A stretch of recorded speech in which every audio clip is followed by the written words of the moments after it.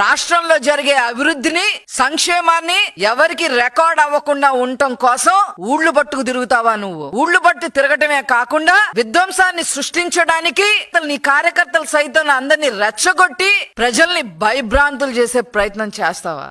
ఆ వీడియోలన్నీ ఈ రోజు ప్రజలకి తెలిసేలాగా ఆ వీడియోని కూడా ఈ రోజు నేను డిస్ప్లే చేయబోతున్నా. బీసీల గురించి మాట్లాడే హక్కు అసలు వైసీపీ పార్టీకి ఉందా?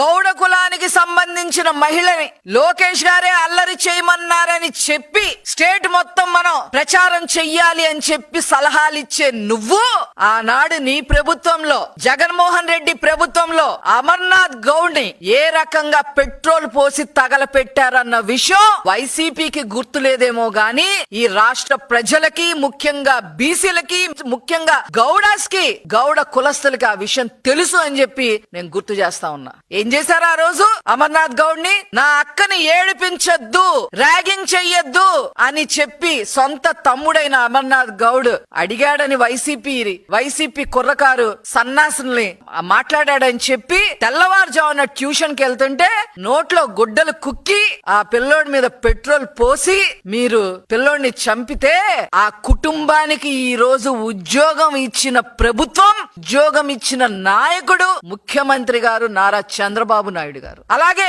గౌడ కులస్తురాలైన గౌతు లచ్చన్న గారి మనమరాలు గౌతు శిరీషాని అక్రమ కేసులు బనాయించి తప్పుడు కేసులు కట్టడమే కాకుండా అక్రమ సంబంధాలు కూడా అంటగట్టి నైతికంగా గౌతు శిరీష గారిని ఏ రకంగా మీరు చేశారనే విషయం మొత్తం రాష్ట్ర ప్రజలకి, గౌడ కులస్తులకి అందరికీ తెలుసని ఈ సందర్భంగా నేను తెలియజేస్తాను. అంతేకాదు ఇతర బీసీ కులస్తుల్ని 300 మంది పైగా హత్యలు చేశారు, దుర్భాషలు ఆడారు, ఇష్టం వచ్చినట్టు నన్నే 4 తెగ్గొస్తామని చెప్పి బహిరంగంగా మాట్లాడాడు మీ వైసీపీ ప్రభుత్వంలో ఒక సన్నాసి. లోకల్ బాడీస్ లో బీసీలు లీడర్లు అవ్వకూడదని చెప్పి చంద్రబాబు నాయుడు గారు ప్రవేశపెట్టిన 34% రిజర్వేషన్ ని తగ్గించేసి 16,800 మందిని బీసీ లీడర్లుగా ఎదగకుండా చేసిన నాయకుడు జగన్మోహన్ రెడ్డి. మీకసలు ఈ రోజు బీసీల గురించి మాట్లాడే అర్హత ఎక్కడుంది?